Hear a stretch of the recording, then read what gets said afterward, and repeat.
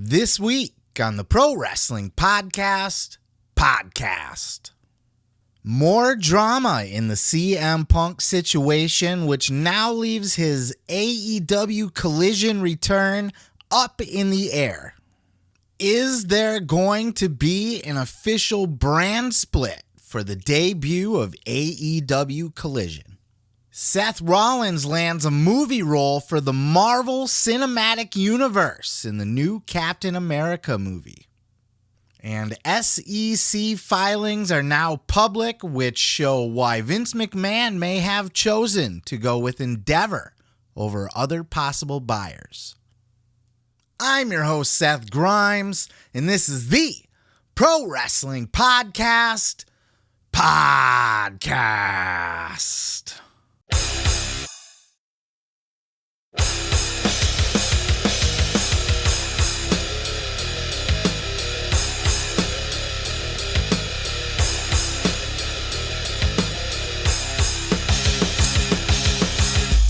What the fuck is up, everybody? Welcome. Come on in to another episode of the Pro Wrestling Podcast. I am your boy, Seth Grimes, and I just had a bloody nose right before I hit record, like literally as I sat down to hit the record button. Bloody nose. Just fucking leaking all over the place. Got that taken care of. Got gray hairs coming out of my beard in bunches now. There was only like one white hair here and there, for about a year, maybe 2 years now. I would find one every month or so, and I'd pluck that shit out and I'd just be done with it. Grow back, or another one would pop white, but it was few and far between. Now, I'm finding bunches of them. It's coming, man. It's coming. I am facing my own mortality. So I guess we'll just go ahead and get this show on the way before I rot and die here in front of you. But before I do, if I could bug you to please like, follow, and subscribe at Seth Grimes Media, Facebook, TikTok, and Twitter. I don't use Twitter as much, but I'm going to start. I'm going to look into the live streaming on there and that sort of thing. That's going to be something that's coming down the pike soon too, is some live stream stuff. That'll be fun.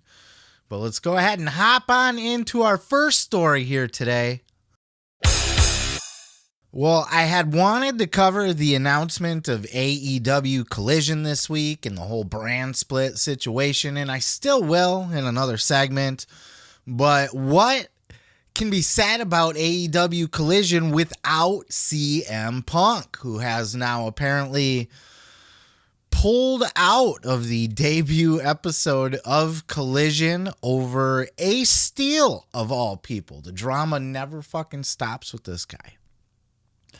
Look, I'm a huge CM Punk mark. Was anyway. All of this shit's really kind of made me look at him in a different way. This guy may be the most political, bitchy, fucking complicated, drama-filled, hard to deal with motherfucker in the entire wrestling business. So what exactly is the situation? What's the holdup now? We all heard he was set to debut at Collision. The debut episode, they booked the fucking arena, the United Center, the Second Coming, the sequel to The First Dance, Punk's fucking return. What happened? Check out these clips. We got first Dave Meltzer talking about the situation, and then we got a little bit of opinion on the other side with Eric Bischoff giving his thoughts on Strictly Business. Check out these clips. Is that they did announce their television show coming up on June 17th, which is Collision, and that was the only announcement they made today. There was not even a mention of Chicago. There was no mention of CM Punk. On the show, Tony Khan said that next week we will tell you the location of the debut show. So what's going on? So this is the basic gist of it, is Punk was supposed to be announced at the show. That was the big announcement, was going to be CM Punk at the upfronts. the star of the show. He was in the graphic. He was the lead in the press release. And then yesterday, WBD was told to remove CM Punk from everything. You know, there were people who had been told yesterday at WBD, scrub him from the thing. So, you know, what that meant, you know, there was all kinds of speculation. What does this mean? You know, why did they pull in at the last minute? And there was a situation that happened. There was a disagreement over Ace Steel. Basically, Punk wanted Ace Steel around, and Tony did not want Ace Steel.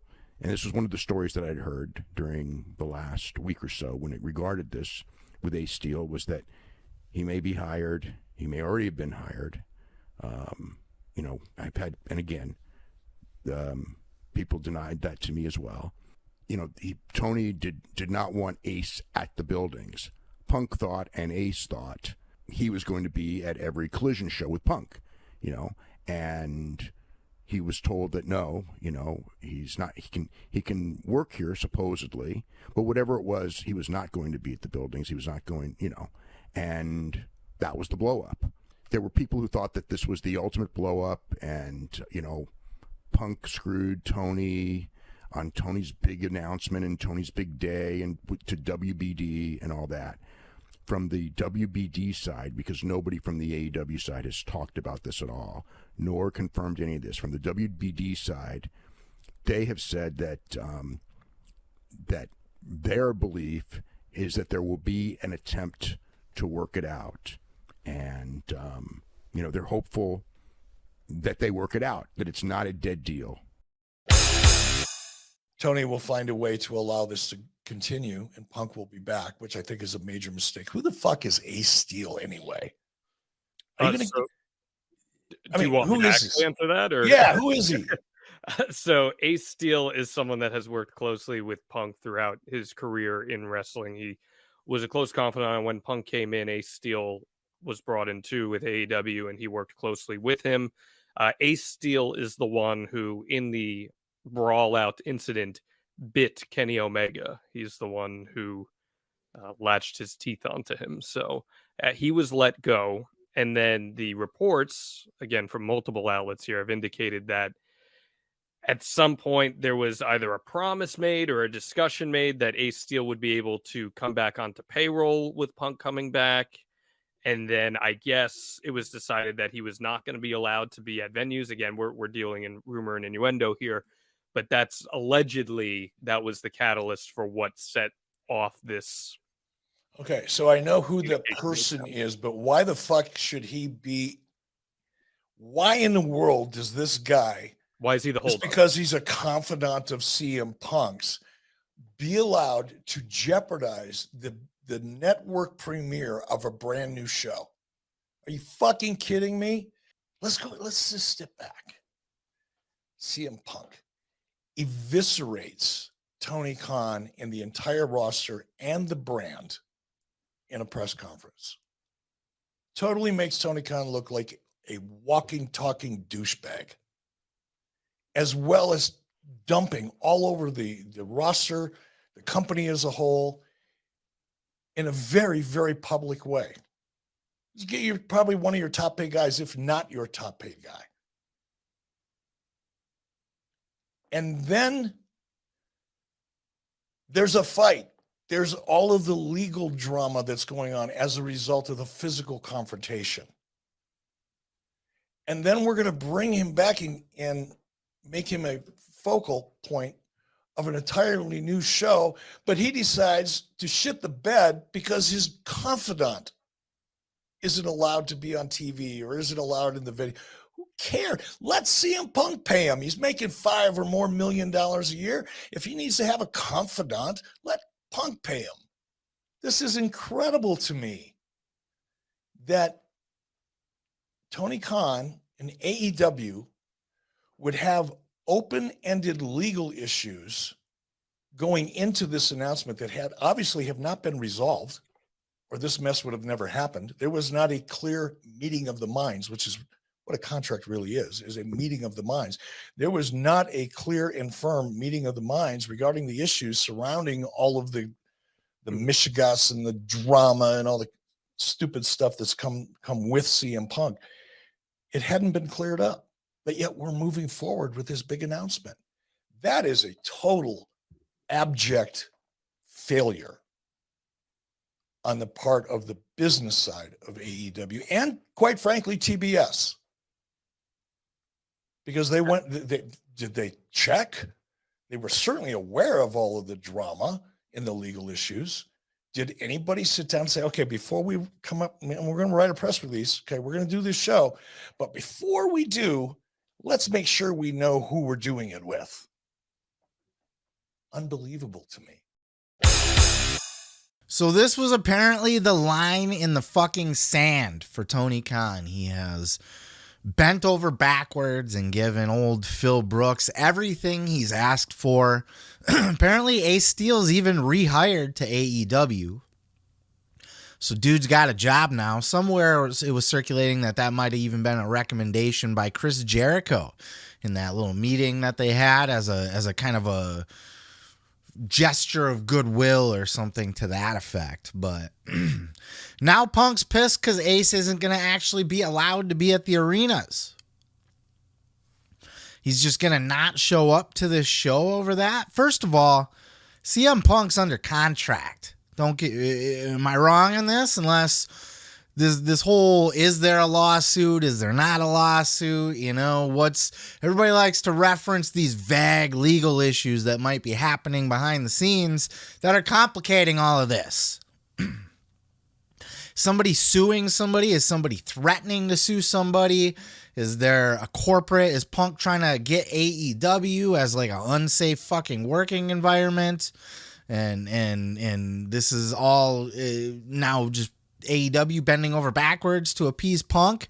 What's going on legally that Punk can, under contract, decide, I don't want to go to that show. I'm not going to do that. I know the network gave you a whole new show specifically for me to be on it.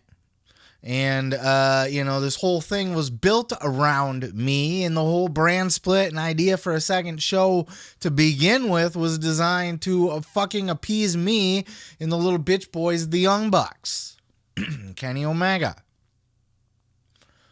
Brandon Cutler, whoever else, And now Punk's just like, I don't feel like it. Doesn't work for me, brother. Eric Bischoff mentioned in his clip, I don't know if it made it into that clip there, but he had talked about on the show that everybody talks about how political and how shitty Hulk Hogan was behind the scenes, and that doesn't work for me, brother. He said CM Punk is worse, and he's right. This is ridiculous. Ridiculous. Now, if you're Tony Khan, you have to get the show in the ring. That is a Vince McMahon-ism. He's held up for money by fucking Jeff Jarrett or the Ultimate Warrior or whatever the fuck's going on behind the scenes. Get the show in the ring. You have the United Center booked. Meltzer said I believe it was Meltzer had said that Daly's Place was reached out to as a backup now for the debut. Don't do that. Because if you book the United Center, you're fucked. And Punk's not there, the crowd will riot. I was at the first dance. I was there. CM Punk was not announced, but everybody was there. That arena sold out because everybody thought that Punk was going to be returning there. They knew it, but they didn't know. If Punk wouldn't have been there, they would have rioted. I would have been right there with them, fucking smashing people. CM Punk has to be there if they're doing the United Center, and they can't switch it to Daly's Place. It's already a bullshit move by Punk to hold him up to where they had to delay this a week or change the marketing if all of that happened. Look, I still, would like to think that part of this is just, because Punk was never going to be in the marketing. Or maybe they decided to change halfway through the marketing idea to make Punk's return a surprise, to do it like the first dance, where wink, wink, you know, we got a big night in store, but we're not going to officially announce the return. Well, that very well could be, but, you know, everybody's saying that the marketing that was sent to Warner Brothers Discovery had Punk in it and then was changed. So Warner Brothers Discovery saying Punk is not a part of the programming at all. Bischoff saying the network's not going to be in on a work. You know, they're not going to kayfabe people. They're the fucking network. At the upfronts, they're not going to do a fucking wrestling angle there, which is right. That makes sense. So apparently Punk's holding up the fucking everything here. This is a problem. Okay, so let's address it. First of all, Tony Khan needs to get the match in the ring. He needs to appease Punk. He needs to get Ace Steel, whatever the fuck Punk wants, to get Punk on that show. And then he needs to not renew CM Punk as soon as that contract's up. You can't wait to get fucking rid of him. Fire him if he needs to at some point, if Punk's not working out, or, you know, there's more drama in the future. You have to get Collision up and running. Once Collision's up and running, I mean, Punk's going to end up getting hurt anyway at some point and being off TV for months. You know, AEW is fine without him, but this is serious, because this is going to... Collision needs a mega star like Punk. Collision can't just be Dynamite 2, or it'll quickly turn into Rampage, which was something Meltzer had said, and he's absolutely right there. This is a problem. Punk needs to be on this show. This needs to be the CM Punk show. And Andrade and Samoa Joe and fucking Miro and all these guys that haven't been on TV in a while, but it's going to be Punk that's going to put that over the top. Nobody else. Nobody else in the company is big enough. Especially if they're doing a brand split. Again, we'll talk about that in a later segment more in detail and all of that. So just specifically on the Punk front, get it in the ring. And then, ooh, boy, once you get that show up and running, man, if you're Tony Khan, you remember that. And, you know, if Punk's being that hard to deal with, take it out on him on the back end, you know. Don't renew him. Don't re-sign him. Fucking fire him at some point, or do take him out. I don't know.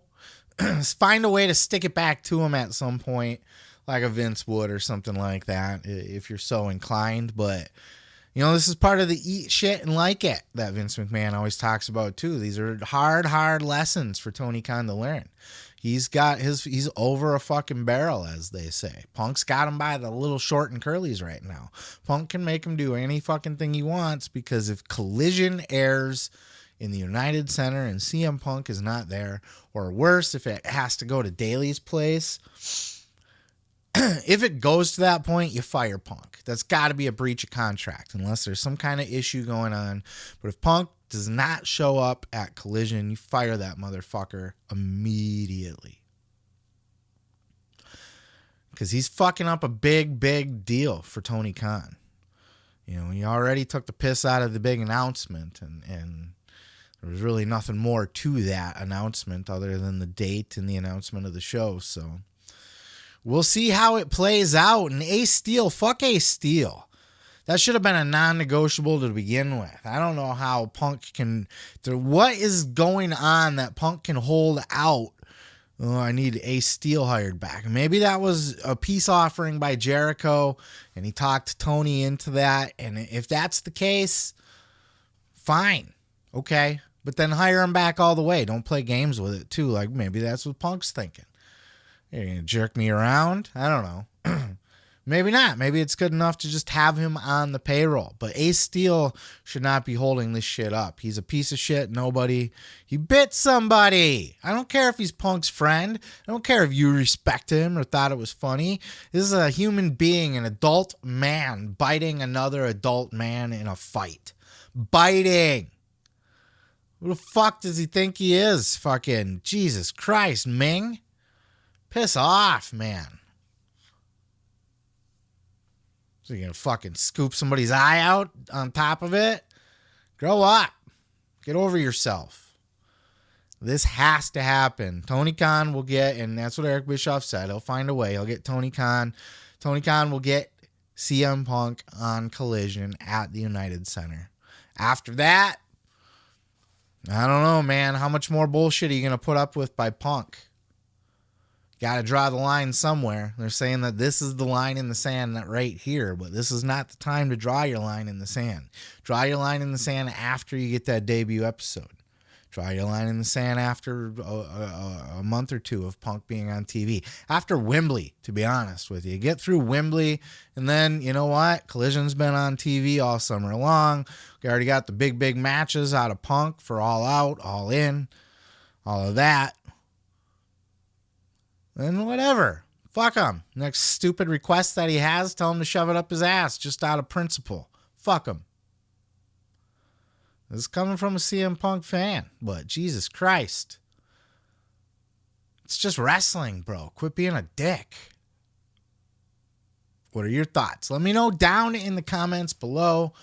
I'm going to go ahead and move on to the next. Well, CM Punk or no CM Punk, AEW Collision is moving forward. Tour dates have already been announced. The big upfront, Warner Brothers Discovery announced that they have picked up a new 2-hour show every Saturday night from 8 to 10. I will eat my words a little bit because last week I was one of those people just talking about the possible $1 billion deal. And though I do still think that when their deal does come up collectively, everything all inclusive, including a streaming package, for pay-per-views possibly even, or at least back catalog, could be worth $1 billion or more over the course of 5 years. Abso-fucking-lutely. I stand by that. But this was a deal just for Collision itself, and a show apparently built to just be the CM Punk show. It was a vehicle to have CM Punk be a prominent, standout face of the company and keep him separated from the crybaby Young Bucks and Kenny Omega and stuff who are too sensitive to work in the same locker room as CM Punk, so they have to be on different shows. And apparently going into this, they are doing a full hard brand split. We've been hearing, will they, won't they, what's it going to be? Soft brand split, some people, but not other people.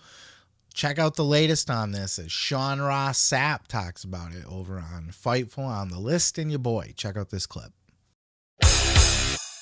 So you had reported that there might be a brand split, and I'll get your thoughts on that in a minute, or a roster split. Not might. There's a brand split. Yeah. Okay. Talent. We're told. I listen. I know PW Insider is saying that there isn't one. Talent. We're told today they were sent an email saying, "Don't worry, this will be addressed soon." I know there was something internally that said, starting June 17th, they will be assigned particular brands, and I was told explicitly that this exemption, as reported on FightfulSelect.com, does not include champions, not just in AEW, but from around the world as well. So if somebody comes in from New Japan or the like, there are exceptions. There are also other exceptions as well. But I don't know how many people even know about this. Like, I don't even know how many people in Tony Khan's immediate circle. I just know that there have been people that said you can keep your Wednesdays open, not your Saturdays, that's fine, or vice versa. They're going with the hard brand split, and that's great. I don't think they should do a draft or anything necessarily. I think it should just be quietly separated. Just quietly have a set group of guys on this show and a set group of guys on this show. That's the best way to do it. Have floaters. MJF, the world champion, obviously should be able to float from show to show, and it shouldn't be so that he has different angles on each show necessarily either. Maybe the main event angle can take place on both shows, just maybe not twice a week, because that's gonna overextend, overplay everything, and nobody's gonna care anymore. You know what I mean? It's gonna be oversaturated, played out, washed up. Nobody cares anymore. Can't have every guy on every show every week. That's too much content. People will get burnt out on it. People are going to get burnt out anyway. There's lots to dive into here besides the CM Punk thing, which I did cover in a previous clip. If you're just watching the clips and not listening or watching the full show, I did cover CM Punk as well, the angle with the Ace Steel and all of that situation, which kind of leaves, as I record this, leaves Collision up in the air. What are they going to do? Are they going to be at the United Center? Covered all of that in a previous clip, but this brand split was really, the whole idea behind it was because Punk was going to be there. And the Bucks don't want to be around him from as far as we can tell and what we're hearing and everything. So a whole separate show. And I like the idea of guys that we haven't seen in a long time.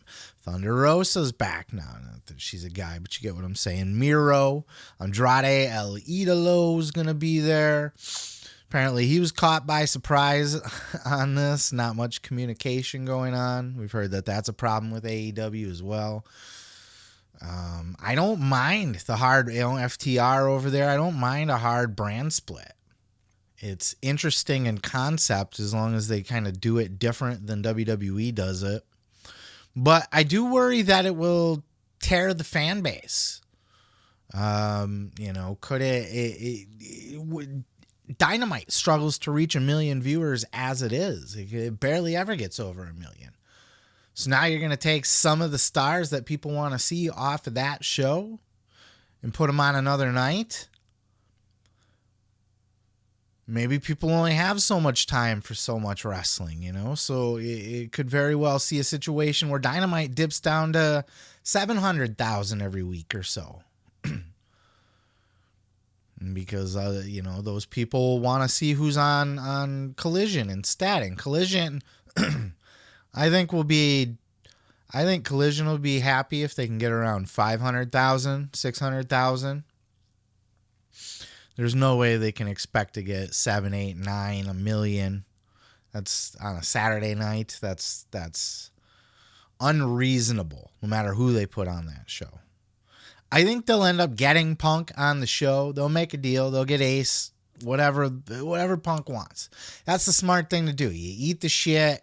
And you learn to like it, and, you get the match in the ring. Old Vince McMahon-isms, right? Covered that with the Punk story, too, just to kind of paraphrase it up here. Get the match in the ring. So I think Punk will be there, at least to start with. Who knows what's going to happen going forward. But hopefully it doesn't dilute the AEW product. I don't know that they're big enough to sustain 2 different individual, unique brands. They definitely have the roster to support it, but, I think Cornette had said with Endeavor buying WWE, like in merging with UFC, that's going to be a fucking machine. And if you want to be anywhere near a close number 2, you got to have all of your fucking guns ready to go. But here's the other way to look at it. They have too many guys under contract to all be featured on one show. You don't have time to have all of your top stars on every single Dynamite. You just don't. So either cut your roster all the way down to shit, and then some of those people get freed up to go elsewhere. Or, the second show.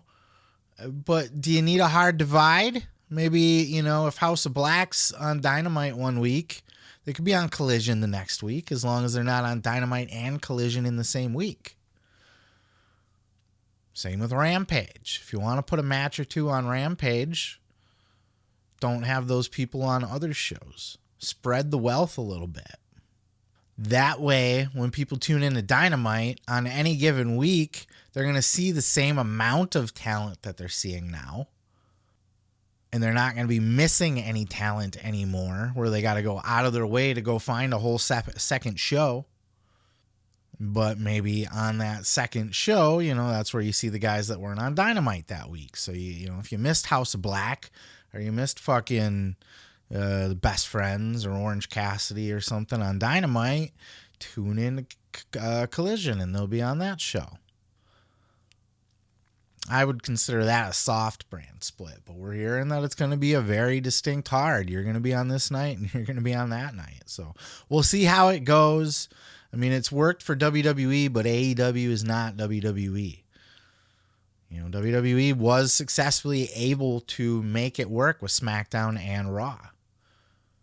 That was something Eric Bischoff cautioned because he fucked it up with Nitro and Thunder. But what he did wrong was he did not have a brand split. He intended to. He always says he wanted to, but he didn't. He never did.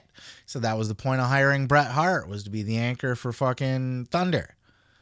And then NWO was going to take over Nitro or something. That's why there's 500 of those guys. But it never worked out that way. It was just the same guys on both shows. Nobody cared. You already seen him on Nitro. We don't need to see him on fucking Thunder now. It's watered down. If you can separate them and you're not watering it down week to week, people will want to see everybody. They'll want to watch both shows. They'll find a way. But I do think it will dilute both shows. Not necessarily because of the overuse of talent, but it will dilute the viewership, I think. I think we'll see viewership drop on Dynamite once Collision's up and running. But that's just my guess. Who knows? Or it's all speculation right now, but this is a big risk for AEW. And this cannot fail, and that's why they got to get CM Punk in the ring too. They have to make this whole thing happen. And then they have to focus on making each show the best that they can. He has to, apparently Bryan Danielson has been pegged to be a big part of creative for Collision, for the Collision brand. That's awesome. Do that. Get your fucking creative team up and running. Diversify. Delegate. All the D's, right? Get people fucking working for you, under you. Jeff Jarrett, put them to work. Make that happen for Collision. Make the two shows both unique. Make them both must-see. Do your best. But there is always the risk of burnout, both on the fans, the production, Tony Khan. We'll see how it plays out. I'm curious what your thoughts are. Let me know down in the comments below. Do you even care if there's no CM Punk, or are you excited for it regardless? Do you think they should have a hard brand split, or should they do a soft or no brand split at all? Let me know. Or should they not even have the fucking show? Is it a dumb idea to do a second show to begin with, or a third show technically? Let me know your thoughts down in the comments below. I'm going to go ahead and move on to the next. Well, it was just about a month ago, fresh off the heels of WrestleMania, that it was announced that the WWE had indeed been sold, and they were sold to Endeavor, the parent company of the UFC. This deal was made official with Vince McMahon and his fucking creepy little mustache that you see on the thumbnail thing there. And of course, we had heard that there were lots of different suitors for the WWE. You know, we had heard the Saudis were wanting a deal. We heard Tony Khan was possibly looking at buying this with his daddy. We heard NBC Universal, Disney, all these different suitors, private equity firms. Everybody was looking into the WWE, this hot property. But they chose to go with the deal with Endeavor, which was actually an all-stock deal, was not a cash deal. All stock, which was a curious choice. And now paperwork filings with the SEC have revealed the inside look at what was going on with that deal and lend some insight as to why Vince McMahon may have made the choice to go with Endeavor. And for more information on that, check out this clip from Fightful, The List and your boy, Sean Ross Sapp, and Jimmy Van. Jimmy Van, the businessman behind Fightful, breaking down the business point of view of this deal with Endeavor and why Vince chose Endeavor over some of these other suitors. Check out this clip. I really think that they took this Endeavor deal because it's the only one that would let Vince maintain control. The SEC prospectus kind of confirmed it. And so I want to break it down for people about how this Endeavor thing came together. So according to that filing, in mid-March, WWE had 4 interested parties, with Endeavor being one. Those other three parties, not including Endeavor, two of them were strategic partners and one was a financial partner. And I'll explain high level what that means. So a strategic partner is a company that would have synergies with the company that they're looking to buy. A financial partner is like a private equity firm. They got their own investors and they would buy the company because they want to grow it over a 3 to 5 year period. And then they want to flip it and make their own money on it. That's the difference between a strategic partner and a financial partner. The primary strategic partner, which may or may not have been Liberty, they offered a cash deal between $95 and $100 a share.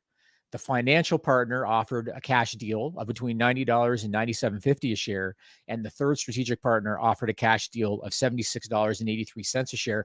After the Endeavor deal was closed, the stock spiked to as high as $110. At the time, do you remember when the day that the deal was announced and the stock crashed? The day that the deal was announced, it's because it wasn't a cash deal. It was an all stock deal and it was going to let Vince maintain control. But now in hindsight, it might've been a decent deal, but the Vince piece is what people find interesting. So two aspects of the Endeavor deal. The first one is Endeavor initially came in wanting 57% of the new entity, and they were going to give WWE shareholders 43%, and they came up to 51.49. Here's the piece everybody's talking about. Endeavor proposed that Vince McMahon remain executive chair until death, resignation, or incapacity. But it sure seems on the surface that this is why Vince chose this deal, because at the time, the stock was nowhere near $90, right? And so those cash deals sounded like they were pretty good deals at the time. He chose the one that was going to let him maintain control. And that's where they're at. Vince McMahon is the smartest businessman I've ever seen in my entire fucking life. What a fucking guy, huh? What a guy, what a guy. Buys the WWF off his pops for $1 million. It wasn't even his own money. I mean, he put his house on the line for some of it, but he borrowed a lot of it too. And he bet that WrestleMania was going to be the fucking, was going to... It's going to be the make or break for the WWF. And he fucking made it. He bought that shit and he ran it and he turned it into a $9 billion company. And Vince McMahon was able, even after being pushed out by a fucking scandal, possible alleged fucking R-wording people, sexual assault at the very least, bribery, paying people off.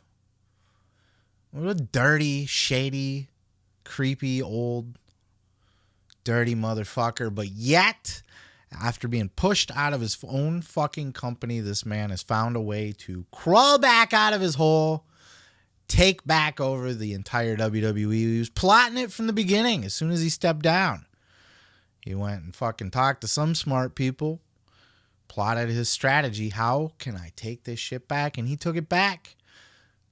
And he took the deal that left him in charge, that left him in place.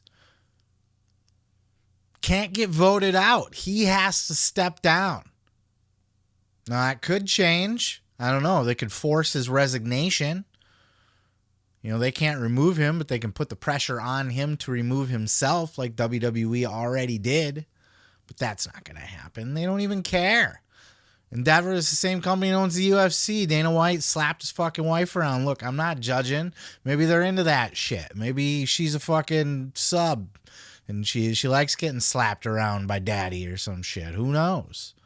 Could be their thing. So I'm not here to judge, but I am going to say that in a public setting, he slapped a woman in the face.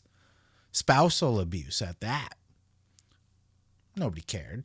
He didn't lose his job. Meh. It'll blow over. Just like all this shit with Vince McMahon. It'll blow over. Nobody cares, really. Who cares? Just R-worded a couple chicks, paid them off. Ruined a couple careers, paid them off. Doesn't matter. It's Vince, goddammit. Now he's going to slowly fucking seep his way back into creative. So anybody that thought all these people that, you know, were trying to get out of AEW to go work for Triple H or whatever, yeah, he might be in charge of creative now. But Vince is still running shit with an iron fist. Make no mistake about it. And now, apparently, he's going to be until he fucking dies or resigns. He's going to be the man in charge of WWE. He's in charge of UFC too. He's the executive fucking vice president of both companies of the TKO brand. That's UFC and WWE. Vince is more powerful now than he was before. He's got a boss now. He does got to answer to fucking Ari Emanuel and a board of directors that's got more seats than WWE people have. But they built this into their offer that Vince was a lifer. That was part of their agreement. And that's why Vince took an all fucking equity deal, an all fucking stock deal in this new company. He can cash it out and it'll be real money once he cashes it out and retires, if he does that. Right now, it's all just fictitious paper. But he's in charge. Ain't nobody gonna fucking tell him to step down. Nobody can. Force him out, perhaps. I don't know. Maybe he's got a clause in the thing or whatever, but sounds to me like it's pretty ironclad. Vince is in until he decides he doesn't want to be anymore. End of story. That's how we ended up with this Endeavor deal. And who knows? Maybe it'll just continue business as usual, but it'll be interesting to see what kind of changes are made with Endeavor. But Vince McMahon back in charge for good. Officially. We know it for a fact. I mean, we always knew he was since this deal was done and he was named to that position, but this is why. These are the details behind it. This was recommended by Endeavor. This was their idea. This was their pitch. And they're going to stand behind this fucking guy no matter what. I don't know. Let me know your thoughts down in the comments below. I'm going to go ahead and move on to the next.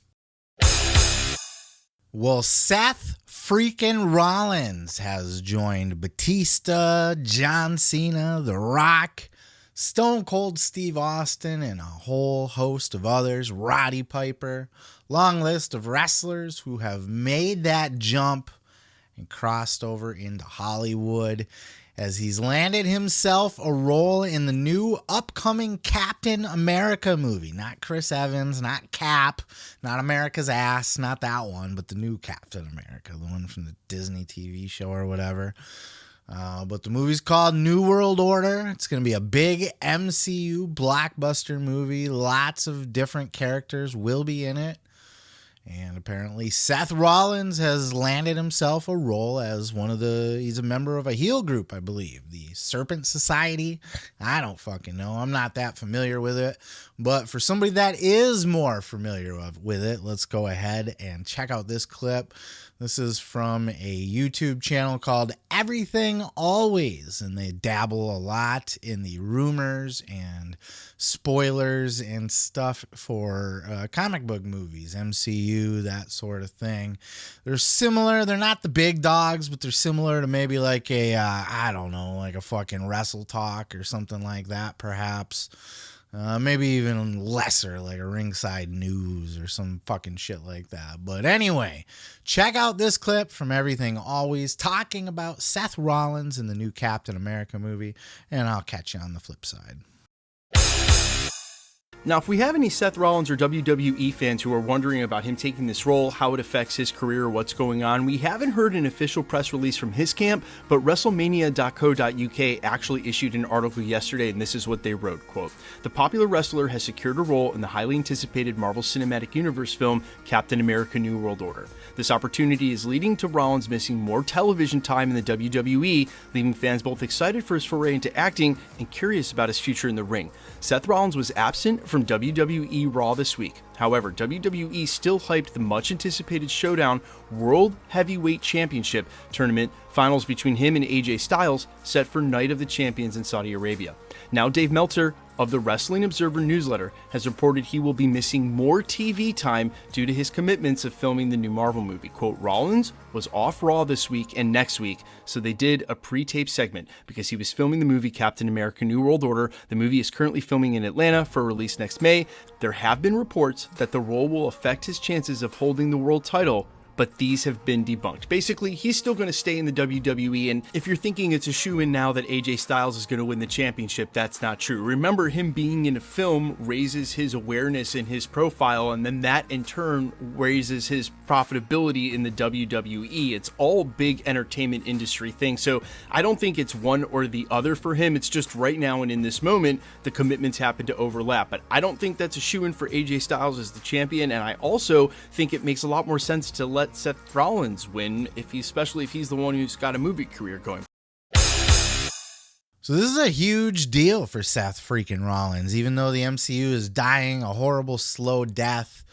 Their movies have been kind of trash as of late, though I liked the Doctor Strange movie, and I actually liked the Ant-Man Quantumania movie. That was good as well, but a lot of misses recently as well, especially with the TV shows and that sort of thing. But Seth Rollins dipping his foot into the MCU, into the movie universe in general is good, but to be in the MCU specifically, it's a big fucking deal. Even though it's a small role, it's nothing exciting or anything like that. He's not going to be the next big bad heel or anything like that. He's just a character in a fucking MCU movie, but that's where you get your start. You dip your foot in. You know, he's not doing the Marine 7 or anything like that. He's going to work for fucking Disney. So that's a big, big coup for Seth Rollins. Apparently, Becky Lynch had filmed something for the MCU as well, but ended up getting cut. Hopefully that doesn't happen to Seth Rollins.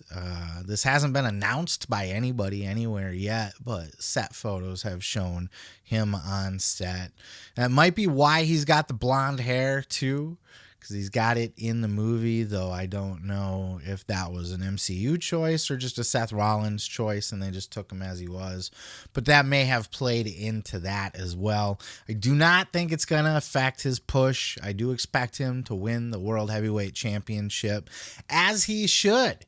He should win that, and he should successfully defend it against Cody Rhodes and all comers and make it a very prominent, worthy title. And maybe he faces Roman Reigns at the Royal Rumble, where Cody wins and goes on to WrestleMania to finish the story against Roman. But that's just me fantasy booking. Just me. But Seth Rollins, man, that's again, it's a huge deal. Even though the Captain America movie, I wouldn't expect this to be as big as the previous Captain America movies. They'll probably pull out some big guns, though. They're going to, I believe Hulk will probably end up being in it, and other people that you'll know as well, to kind of get you out to the theater to check it out. But Seth freaking Rollins, man, making that dip over. This could just be a one-off. Maybe he's just doing it, just seeing how he likes it. And just a good opportunity that came up, or maybe this is a transition that he's looking to make full time. Hopefully we'll hear him say something about that on a shoot interview somewhere along the way, and he'll kind of add more insight into it. But for now, I'm going to go ahead and move on to the next. You leave your thoughts down in the comments below. Are you an MCU nerd? Do you like the Marvel Cinematic Universe movies, superhero movies? Are they played out? Are they trash now? What are your thoughts on them, and what are your thoughts on Seth Rollins being in them? Let me know down below. On to the next. Well, John Cena popped up on the Busted Open podcast / radio show with Dave LaGreca, Bully Ray, and Tommy Dreamer, and he was doing the media rounds talking about Fast X, which is getting mixed reviews. I've seen good things, bad things. I've seen, it's a good action-packed, star-studded spectacle. But at the end of the day, it's just, the story is kind of meh. But keeps the franchise going, I suppose, right? John Cena, a big part of that. Now, John Cena, a big part of Hollywood in general. He's made that move. That's something that he had talked about a lot in this interview itself, talking about making that transition to Hollywood, being in the movies, and how that's the same and different from pro wrestling. But it was in this clip here that Dave LaGreca asked John Cena about if he felt like he was passing the torch to Cody Rhodes, that moment where they were both on Raw. And you saw Cena just raising the arm of Cody. Was that a passing of the torch? Check out this clip. You were at the top of the entrance ramp with Cody Rhodes. And I looked at Cody because you, for a long time, were the face of the franchise. You were the guy in the WWE. I saw that moment with you and Cody as almost like a passing of the torch. Well, okay, continue, because that's a thought, not a question. Okay. And I almost could guarantee that Cody was going to beat Roman at WrestleMania 39. Didn't happen. There's still a lot of story to be told. But did you feel for you that was almost like a passing of the torch moment? Well, I get excited with potential. I really do get excited with potential, and it's because I think in my origin story, I wasn't exactly someone that people were betting on. I kind of got hired defensively, so I wouldn't go to WCW for peanuts. I had some people who saw me perform, who were advocating to people who didn't care about my performance, which granted me some opportunities. And then I was lucky to have some people who supported me, you know, and you don't do it by yourself, which is why I don't think anyone takes, like, you don't pass it to anybody. You just hope to put energy out there, and anyone with potential can get it. Like, it was said that I passed the torch to Roman years ago, and he absolutely is the face of the franchise. I think in my mind, he's the greatest of all time. But I tried to do what I could, and when I did it, it wasn't the miracle. Like, it didn't happen. He got it on his own terms. I just like seeing people who are passionate about the business, who want to be there, who want to show up, who aren't using it as a vehicle to do something else, because the thing itself is awesome. And it's okay if you get other opportunities outside. That's a testament to your work. But I wish I was still there every day. I just can't, my body can't do it anymore. And I don't want to give the consumer a bad product. That's another thing that I learned from those veterans. I don't care how I feel physically. I don't care what baggage I have mentally. When I'm on, they paid good money, and I'm going to go out there and give everything I have, and sometimes find it when it's not there. And I'm at a point where everything I have, in comparison to the bar that's been set, boys, like, what I have is what you saw at WrestleMania 39. Like, that's what I feel confident that I can deliver. And that's really nice for here and there.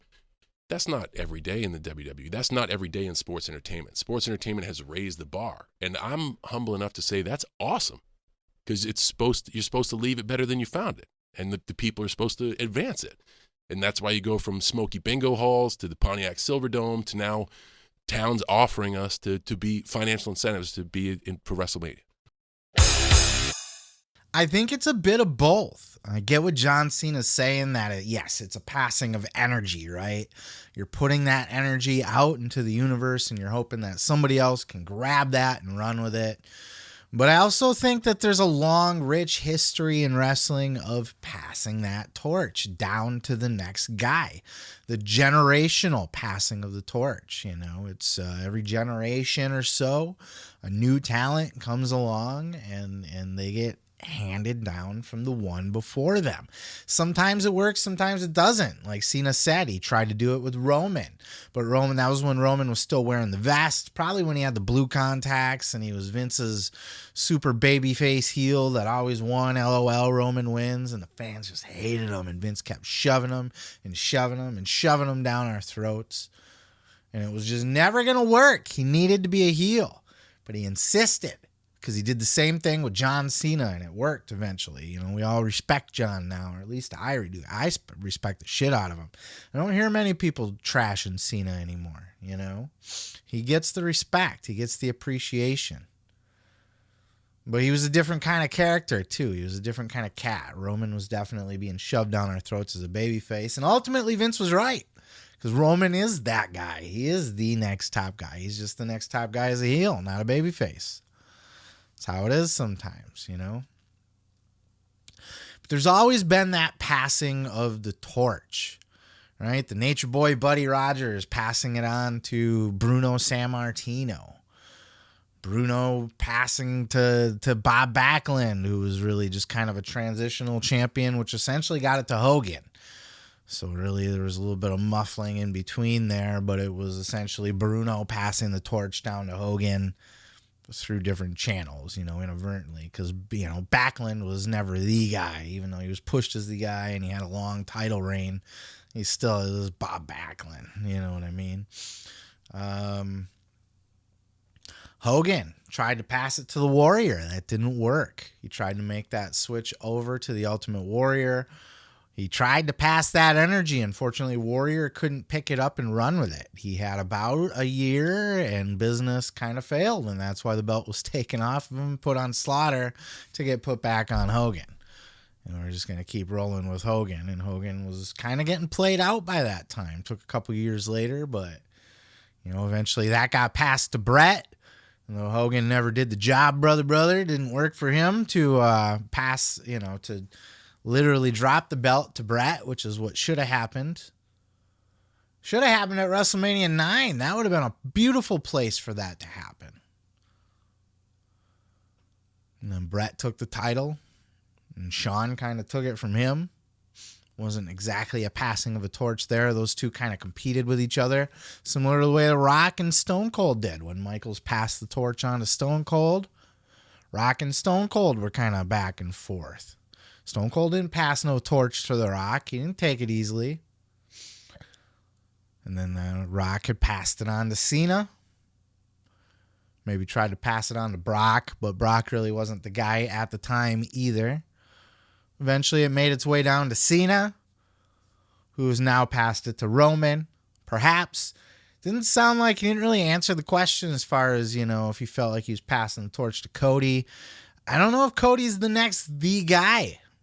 Depends how much longer Roman's around. Roman's kind of winding down. He's got that limited schedule. He's not on every TV, not even on every pay-per-view. He's got a limited schedule. I think at some point, especially when he drops that belt, that'll kind of be Kaputski for Roman. He'll maybe have like a couple, WrestleMania dates and that kind of thing, but he's going to start winding it down, and maybe Cody's the guy to take that ball and run with it. But Cody's kind of older too, so it remains to be seen. It's definitely an energy, as we've seen with Hulk trying to give it to Warrior. It's not always going to work.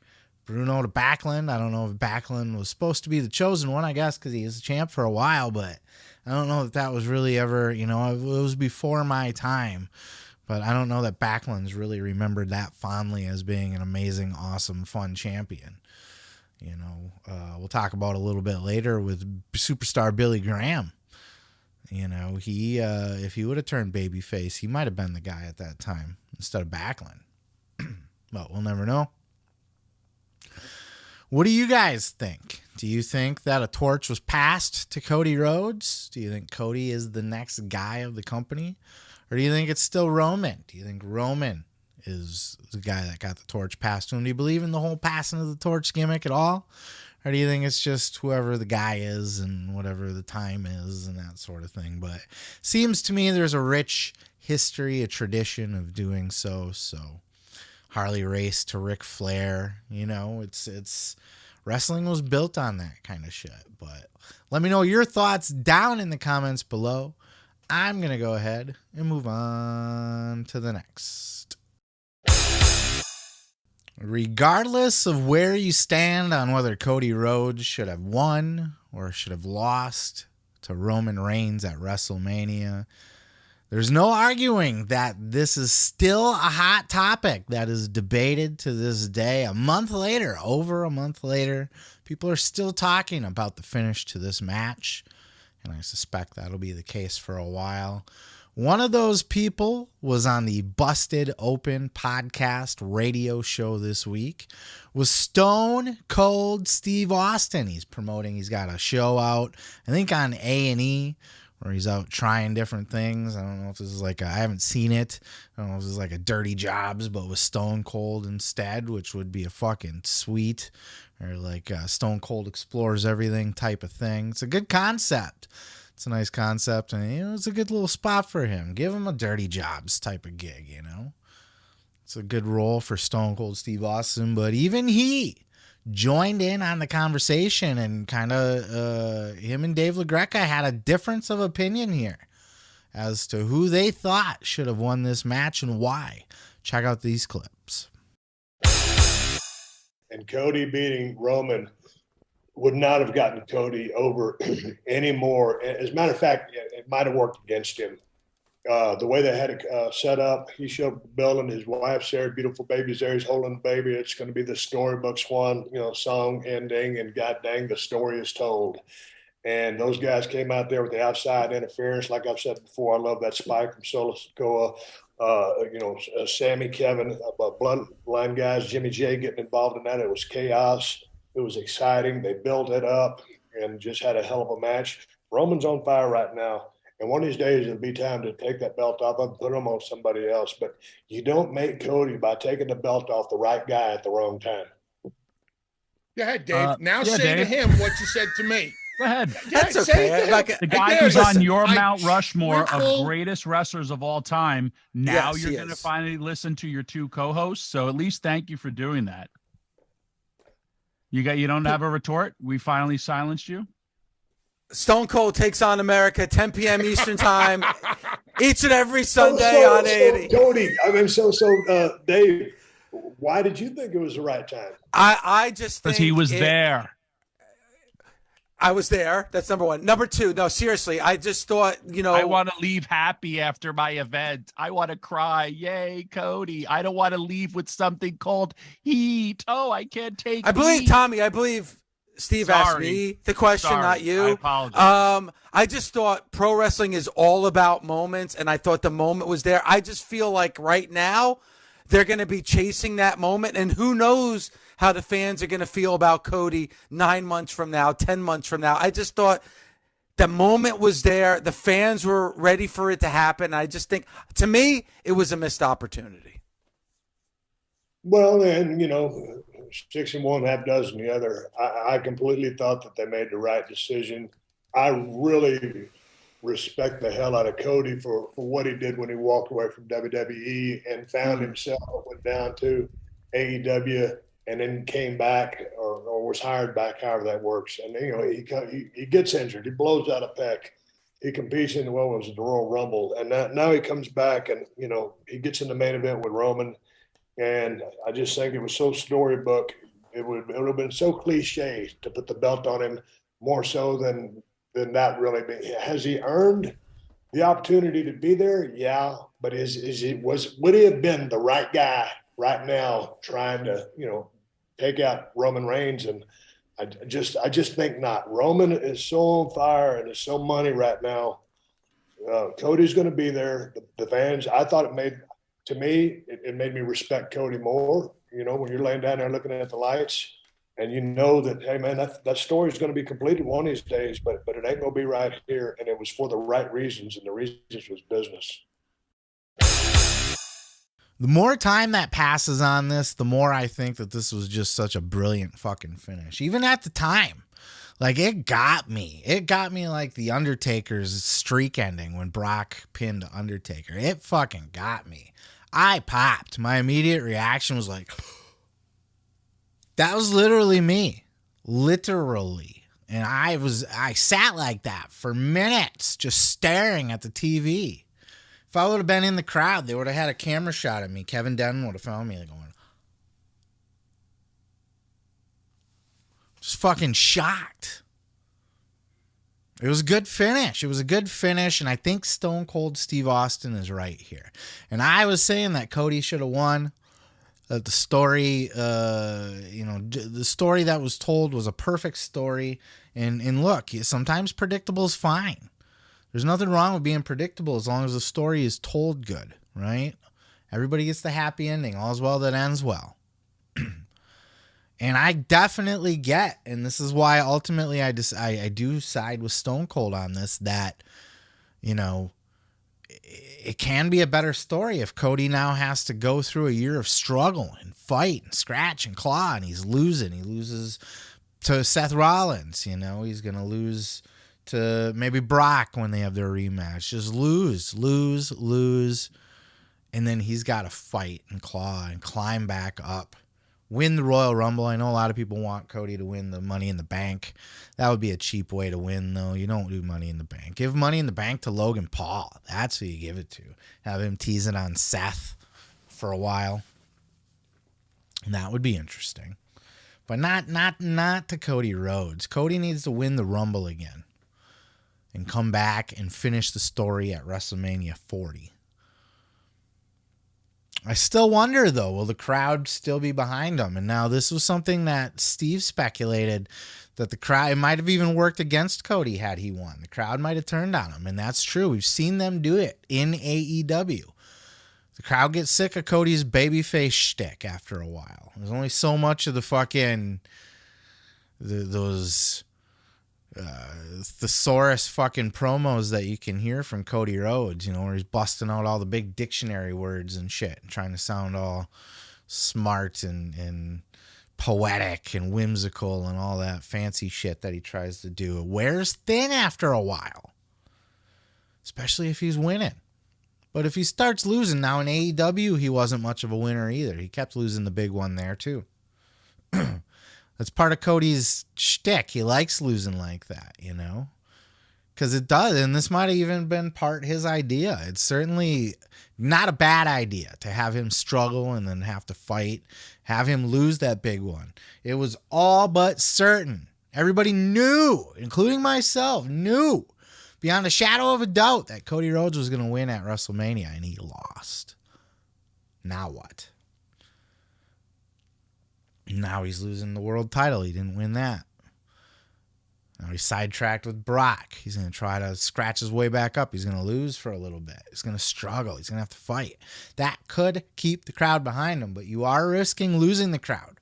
You had the crowd with him there. That's LaGreca's point. You had the hype machine behind Cody Rhodes at the time. They were ready for it. They were ready for Cody. They were ready to anoint Cody. Maybe they won't be by then. Maybe they turn on him anyway before then, and nobody cares anymore at that point. Maybe that ends up being the Batista moment where Batista was fucking, nobody wanted Batista anymore. Maybe there's somebody else. They almost ran into that with Sammy this year. Everybody was worried that Sammy was going to steal the thunder from Cody. What if that happens next year? What if there's somebody else they want to see win? What if Cody's injured? What if Roman's injured? What if? You might not get the opportunity to redo that, to tell that full story. But if you do, if you can, they could pull off something really special. That's a big story. The 2-year story, the 3-year story overall from when Cody returned to the WWE. It's a hell of a story arc, right? Triumphant return, injury, comeback, Royal Rumble win, falls short, scratches and claws his way back up again, wins the big one. Plus, Cody's got a heel run in him here. The smug, pompous, arrogant. There's that side of Cody too, and the fans can only take so much of babyface Cody. I promise you that. He is not a lifelong babyface. He's going to have a heel run. He's going to have, and it's going to be forced. Fans are going to start to turn on him. And maybe this was a smart way to prevent that, you know, because certainly if he's not getting shoved down our throats, it's less likely for them to turn on him. You know, they want to feel sympathy for him. Why does Cody keep getting screwed? Why do you keep burying Cody? Our guy, Cody. That's how you do it. That's what they're trying to do. And it is smart. You're risking it. You're risking the crowd. You're risking injuries. A lot can change in a year. So it'll be interesting to see how it plays out. Who do you think should have won? It's and just the fact that we're still talking about this match, this is going to be one of the most memorable finishes in the history of WrestleMania ever. Can you think of any other ones that shocked you that much? Shocking WrestleMania wins or losses. Not many. They're all fairly predictable. And even the ones that did shock you, like Triple H fucking beating Booker T, LOL, right? Play the race card through the whole storyline. The rich, privileged white guy. The held down black man. It's a good story to tell if Booker's going to win in the end. If the rich, well-to-do white guy goes over in the end. Just LOL Booker T. You know. Fucking shit story. That was surprising, but it wasn't a shocker. This one will be remembered not quite the way the streak was with The Undertaker, but it's up there. It'll be remembered as a controversial finish in WrestleMania history for years and years and years to come. Let me know your thoughts in the comments below. I'm going to go ahead and move on to the next. So if you're a huge nerd like me, then you have an interest in what goes on behind the scenes in professional wrestling. That's why we all listen to these podcasts, right? We all love the behind the scenes dirt, the backstage stuff. But I also love the technical stuff. For example, there was when CM Punk returned, there's a video that was put out of inside the production truck. There was a camera rolling, showed them like producing the whole thing, like hitting the fucking camera cues and the pyro and the music and all of that shit. I get hard on that kind of stuff. That gets my fucking wrestling dick hard. You know what I'm saying? So naturally, when Chris Jericho posted an episode this week interviewing the guy who is in charge of booking the live event tours, this piqued my curiosity. I've always had an interest in this, both for WWE and now AEW. What goes into the booking, the touring aspect of this? Fascinating shit. I still have tons of questions, but this was a very fascinating interview. I'm going to play you some of the highlights here and just kind of what goes into the psychology of booking AEW, the live event tours and that sort of thing. What does this guy do? Rafeal Morffi, he's the head of AEW's live events and touring, and he came from WWE. He learned under the Vince McMahon umbrella for many years. Apparently he was around since like the early 2000s, since like the Stone Cold Rock days. He's been with WWE. Now is the guy doing the booking for AEW, and he gives us an inside look at how all of that's put together. Check out these clips. Now, obviously, you're the guy that I always go to for ticket numbers and for ticket information. What exactly is your title? My title is Vice President of Live Events and Touring with All Elite Wrestling. Okay, so Vice President of Live Events and Touring. So obviously we met because you used to work for WWE. Correct. But first of all, explain exactly what your job is. Sure. Job responsibilities are here with AEW to book the venues, to be the main liaison between the venue, talent, in terms of any issue, back of house, whatever it may be. But in terms of booking the venue, the local promotion of the show, things of that nature, anything and everything involving the talent, our show, and the ticket sales. Is there certain specifications that you have to adhere to when you book buildings? Yes, certainly. I mean, and Tony Khan does a great job communicating that to me often. Ideally, we want to be in a town that a town that has professional sports is always big. Also, a town that is within the top 25 usually in DMA. I mean, there's reasons why you may go outside of the top 25 market, a calculated risk, in that regard. So, we have to look at other facilities for reasons where we're not able to get dates. Well, the thing is, too, we've always been smart too, and rather than playing the hockey arena in town, we play the university arena and fill it up. I mean, it seems like a smarter way to do things. Yeah, especially when we first started. But I'll say this: coming out of the pandemic, venues were starving for programming. Oh yeah, starving for programming. So that's why I bring it up. Venues, and there were some that were apprehensive to book us. Just were elated to hear from us because they just wanted to get programming in. Where maybe if there wasn't a pandemic, it would have taken a little bit more time to cultivate that relationship. Right. So that helped us. For us, we are just essentially working once a week. I know sometimes it's different. So how do you decide where to go? Do you try and kind of keep it in chronological, geographical order, or is it more like how do you kind of figure out what to do? Well, so we would book somewhere close in a geographical area from the week prior as it got going and got rolling in terms of if we were in KC, and then the next week would be in St. Louis. But you always backbook, Chris. And that was the case in WWE too. You would set your tent poles, whether it's a pay-per-view or a big show, and then book backwards to route. So At first, we did that, but now Tony Khan has great analytical resources. We are going to lean on some of those in terms of data. He's very much analytical. Yeah. And we've been around for 4 years now. We can examine our fans, our trends, also set up variables and metrics. So we're going to lean on some of his assets and companies in that regard. Not completely, but some software in terms of helping us out, and also taking calculated risk. That's always part of the equation too. And then there's some great markets that we have to hit, strongholds like obviously New York, but Chicago. You always hear fans when we book Chicago and Jess, again this and that. I'll say this: there's not one city in America that can have $2 million gates, $2 million gates in the same summer in two different venues, like we did last year in Chicago. There's a reason why we go to Chicago a lot, because we have great venue partners there. We have great negotiations, and that's part of the equation too. We have to negotiate great deals. We have to have a certain percentage of our net back from those ticket sales, because if you're selling tickets and you only make a fraction of it. So if you do $1 million gate, but the room costs $900,000 to rent for the night, you're really not doing so well. Yeah, it's a reason why WWE didn't have many TVs at MSG for a decade. That was one of them. I love that he addressed the Chicago situation too, because we all have obviously speculated about that. AEW plays Chicago like every other fucking week.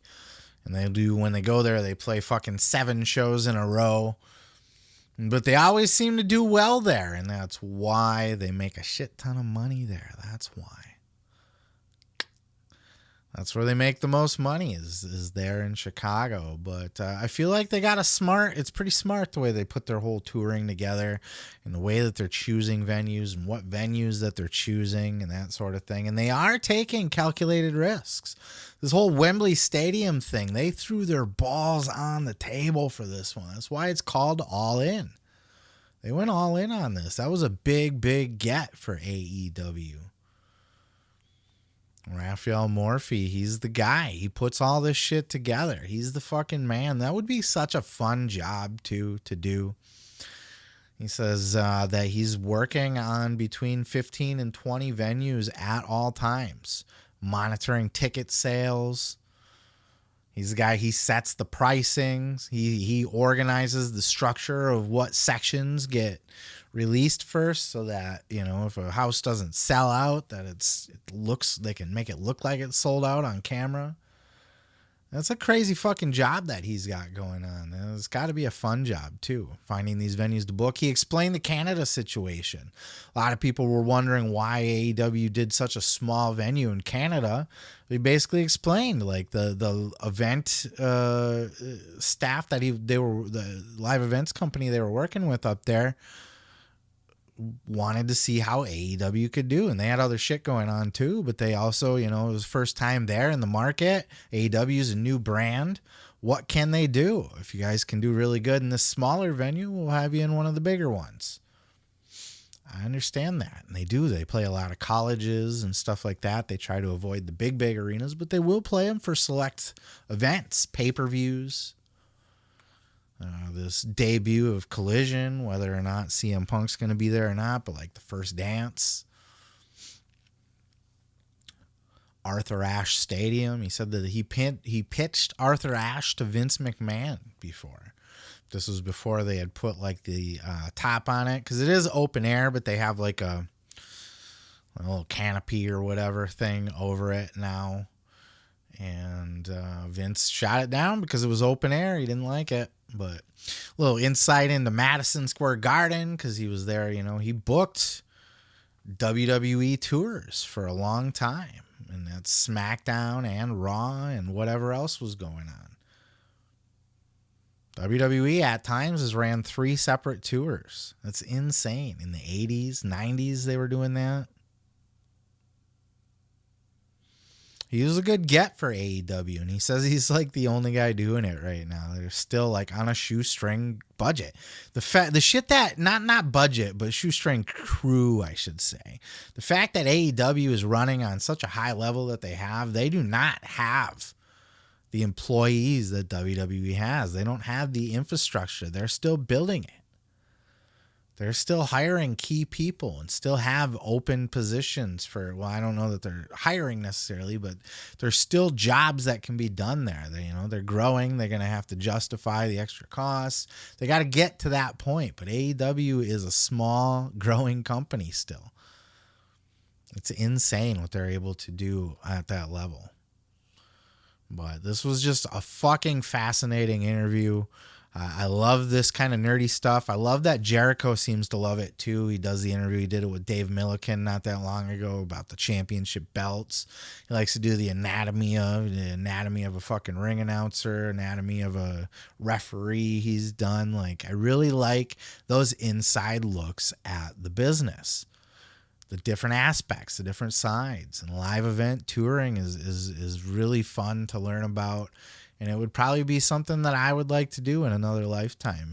That would have been a fun gig. But highly recommend you seek that one out if you like the insider nerdy shit. And if you clicked on this, I'm sure you do. If not, you can skip it. No big deal. But if you get off on that kind of stuff like I do, go ahead and check that out. I'm going to go ahead and move on to the next. With AEW doing All In at Wembley Stadium over in London this summer, it would behoove them to have some of the UK's finest professional wrestling talent on the event. And such is the case with Will Ospreay, who has now been rumored to have been booked for said event in London. And look, that's a no fucking brainer.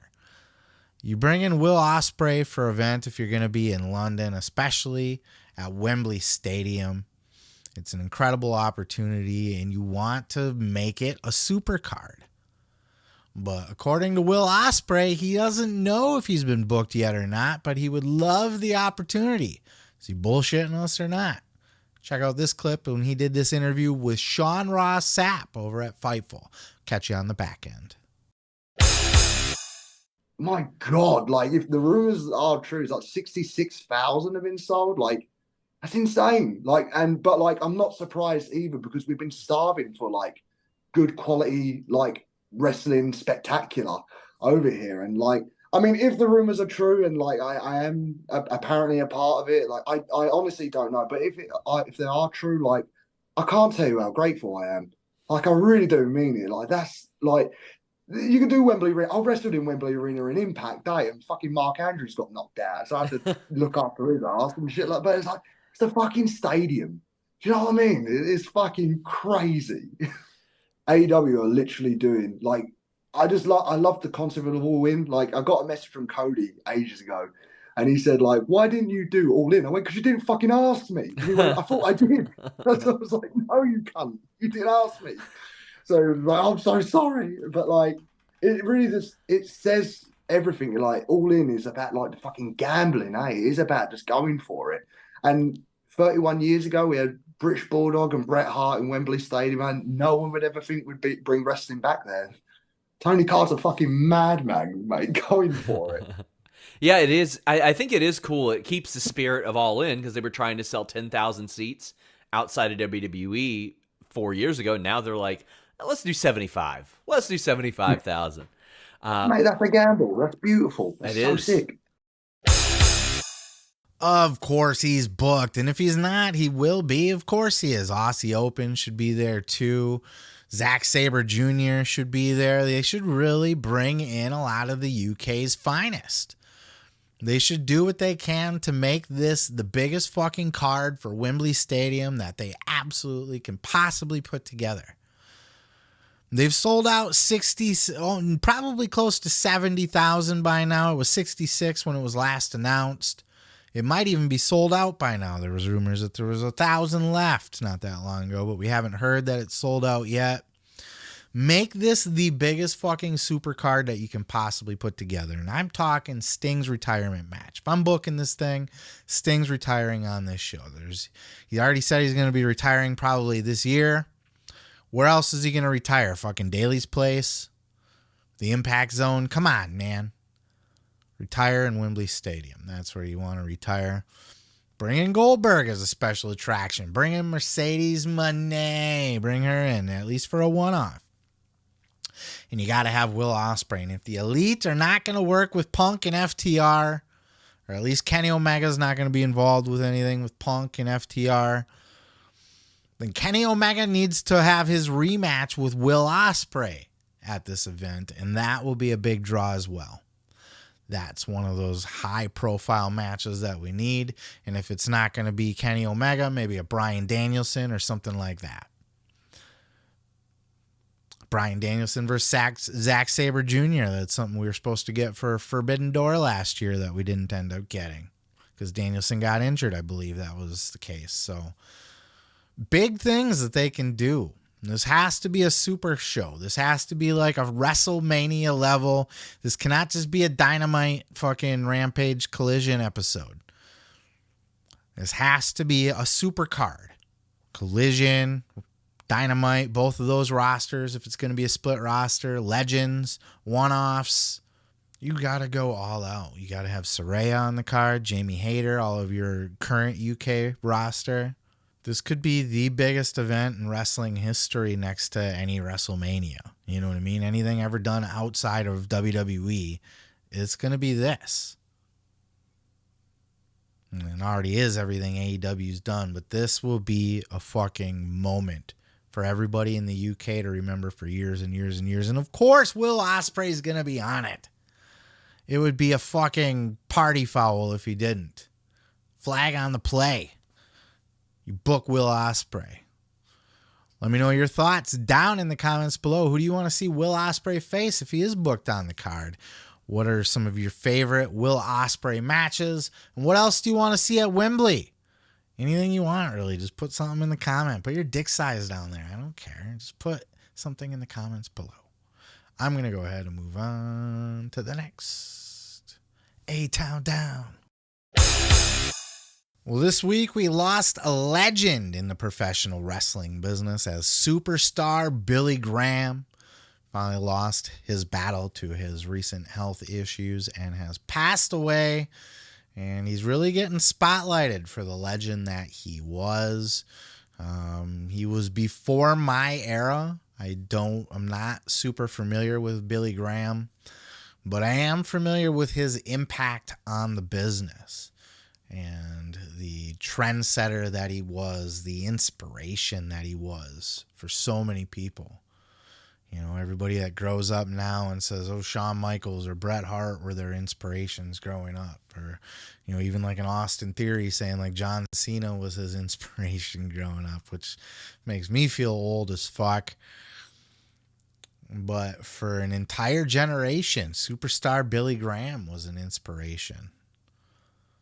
Guys like Hulk Hogan, Jesse the Body Ventura were directly influenced by superstar Billy Graham, who took a lot of his shit from Muhammad Ali too. So it all gets passed down. It all trickles. Scott Steiner took a lot from superstar Billy Graham. He was a big, big star in his era. A heel star. But again, it was a little bit before my time. He was somebody that I, certainly want to recognize, but, can't inform you about to the degree that other people can. So go ahead and watch this clip first here. This is the tribute that WWE had put out on their channel. And then after that, we're going to hear some words from Stone Cold Steve Austin, as TMZ actually was able to catch up with Stone Cold, probably talking to him about his TV show and other shit like that. But they did ask him about Billy Graham as well. And Stone Cold had some very thoughtful words for Billy Graham. So we'll go ahead and check out these clips and we'll catch you on the backside. I am a reflection of perfection. I float like a butterfly, sting like a bee, because nobody is beautiful and as powerful as me. Introducing from Paradise Valley, Arizona, superstar Billy Graham. The WWE family is saddened by the passing of Hall of Famer superstar Billy Graham. Billy Graham was definitely ahead of his time. He was another intensity, another level, another color chart brighter. There's more colors on my body than the rainbow in the sky, Daddy. Superstar Billy Graham was just a new dimension, redefining, evolving the term of sports entertainment. They had never seen anything like him. He had the look, and he certainly could talk on the mic. I eat T-bone steaks. I live barbell plates. I'm getting sweeter than a German chocolate cake. The man of the hour, the man with all the power. Too sweet to be sour. I am the superstar. He was the first guy to come along with the out-of-this-world physique. Look at the size of those upper arms. He set the standard of what people thought a superstar should look like. With an unrivaled charisma, Superstar became one of the most iconic villains of all time. And in 1977, Graham would shock the world by defeating the legendary Bruno Sammartino to capture the WWF Championship, ushering in a new era of sports entertainment. I am the champion. I am the greatest. Billy Graham was the main reason I got in this business. I said, man, I want to be just like him. He just had something so special. It's unbelievable. He is bad to the bone. If controversy indicates stardom, Superstar Billy Graham might just be the biggest star of them all. 20 years ahead of his time, he truly was the very first sports entertainer. Superstar Billy Graham. What you see is what you get, and what you don't is better yet.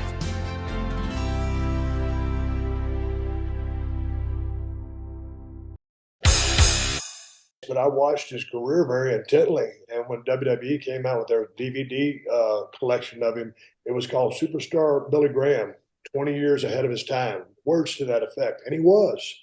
When he left the WWE, when he left the WWF, after he dropped that strap to Backlund, man, I think there was a huge opportunity missed when he was, hot as hell as a heel. And he'd started becoming so entertaining with his promos that the crowd was starting to like him, which was happening to me. But Superstar did it way back then. Senior had the wherewithal to flip him, baby. And I just got finished talking to Bully Ray and Tommy and the guys on Busted Open. And they said that Superstar had pitched a babyface run to Senior, and he turned it down because they already had a handshake agreement that, Backlund was going to get the title. So it would have been interesting to see Superstar Mania before Hulkamania came around, because Hulk was influenced by Superstar as well as so many other people. So he was he was all about the showmanship of it and the physique, and he was a different vibe and a hell of a promo. And, he influenced a whole lot of people. That's fun to speculate about if Superstar Billy Graham had turned babyface. The story there is that Stone Cold was talking about is that Vince Sr. had promised Bob Backlund, for whatever reason, handshake deal, that he was going to get the scrap. But Billy Graham was so hot as a heel that he could have flipped babyface. And with his look, his style, his image, he was Hulk Hogan before Hulk Hogan. He had that documentary, as Stone Cold said, the 20 years too early or whatever. That's absolutely right. If Billy Graham had come along in the 80s, he would have been a mega star. Put him in Hulk Hogan's shoes. He would have killed it. I don't know that he had, I do think the Hulk was a better version of Billy Graham than Billy Graham, but Billy Graham was certainly the influencer there, the trendsetter. He was the fucking man. And, towards the end there, he got himself into a little bit of controversy. He was talking a lot of shit online, had beefs with different wrestlers and things like that. But, a lot of the old timer wrestlers will do that too, to just kind of stay relevant, stir up a little shit. Maybe, he was being influenced. Maybe he was on one. Maybe he's just in a bad place in his life. Who knows?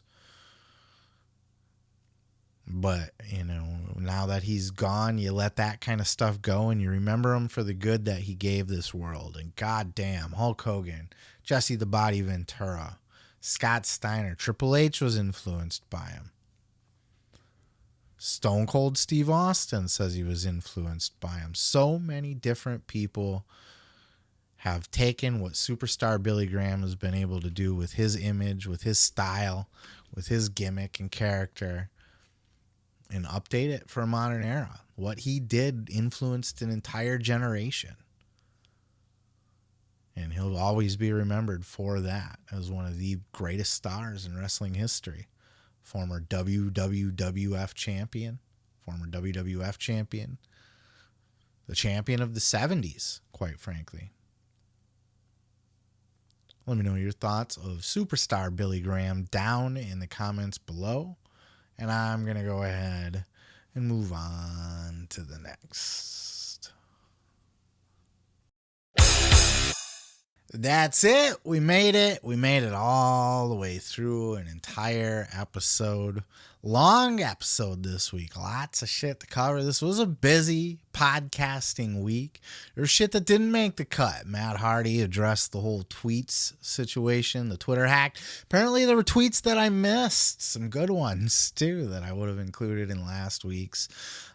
But, you know, I decided not to go with that clip this week just because it really would have been just a complete rehashing of last week's clip. Even though I did that on the fly, that was like the first time I did that. If you caught anything from last week, as I was editing the show, the Matt Hardy story broke. So I like fucking did like a quick recording from my editing station. But, probably should have saved it to this week. Then I would have been able to get Matt Hardy's take. But he just kind of laughed about it. He's chill as hell. You know, he wasn't sweating it. But Rebby was pissed. You don't fuck with Rebby Hardy, I'll say that much. Creeping my way up. If you're a YouTube watcher, I am creeping my way up to 1,000 subscribers. I know it sounds small potatoes, but that is the key. I'm still a newbie, and that is the key mark for a YouTuber to become monetized.